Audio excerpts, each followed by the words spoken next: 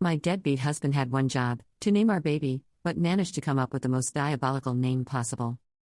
So, my husband, 38 meters, and I, 36 feet, are expecting our first child, a bouncing baby girl due in a few months. We were both over the moon when we found out the gender, but now things have gotten, well, complicated, to say the least. See, when we first started talking about names, the boy name was immediately decided, Stuart Jr., after my husband. No problem there, it's a classic name and carries family meaning. But, for a girl, things got murky. My husband suggested Stuarta. No, you're not having a stroke. Apparently, his logic is that since Stuart ends in T, we can just add an A to make it feminine. I tried explaining why that doesn't quite work, how it sounds more like a furniture brand than a human name, how she'd be endlessly correcting people and explaining its origin. He's adamant though, says it honors him while giving our daughter a unique name. I've suggested alternatives, feminine names that maybe share a similar sound or meaning to Stuart, names he's mentioned liking in the past, even just going back to the drawing board entirely. But he's fixated on Stuarta.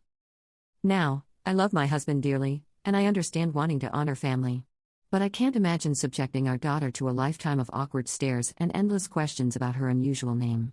I also worry about potential bullying and the impact it could have on her self-esteem. So, I'm in the wrong if I refuse to budge on Stuarta? Is there any compromise I haven't considered? Help a soon-to-be mama out.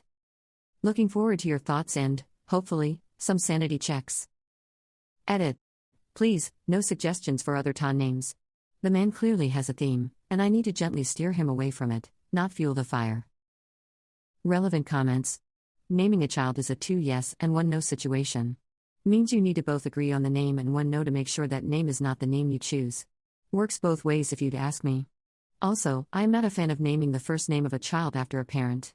Because then the child will always be compared to their parents and need to fight harder to be their own person.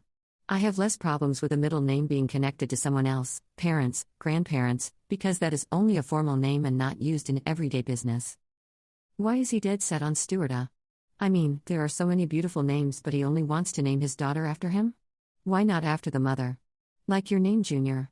It is a bit misogynistic to only want to name the baby after the father. Whose last name will the baby get? His as well? Maybe you could find a way, like name the baby with the same first letter as your husband, Stella, Sally, Sana, etc. Make sure the baby has a middle name if she shares the same last name as her father. Because it will be annoying for simple things like mail and stuff. Stuarta sounds like a pharmaceutical product. I can hear the commercials now.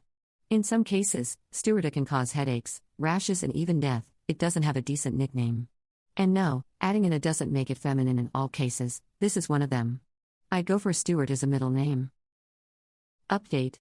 First, the good news, we have a beautiful, healthy baby girl.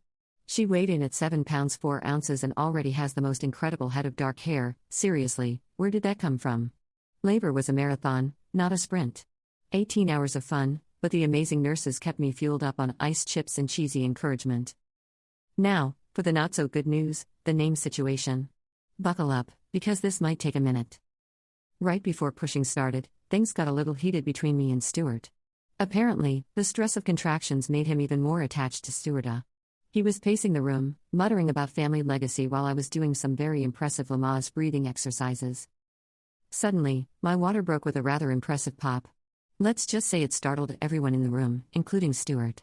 The nurse, bless her heart, took advantage of the distraction and very calmly started prepping for delivery. Everything after that was a blur of pushing, encouraging words, and the most amazing head of dark hair emerging into the world. The second our daughter was out, screaming her little lungs out, a wave of pure, primal love washed over me.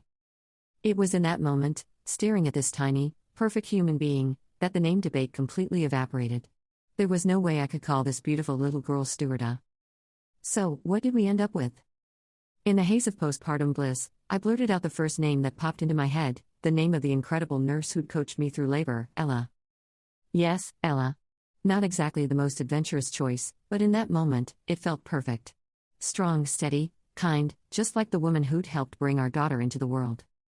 Stuart, bless his confused heart, just looked at me, then at our daughter, then back at me again.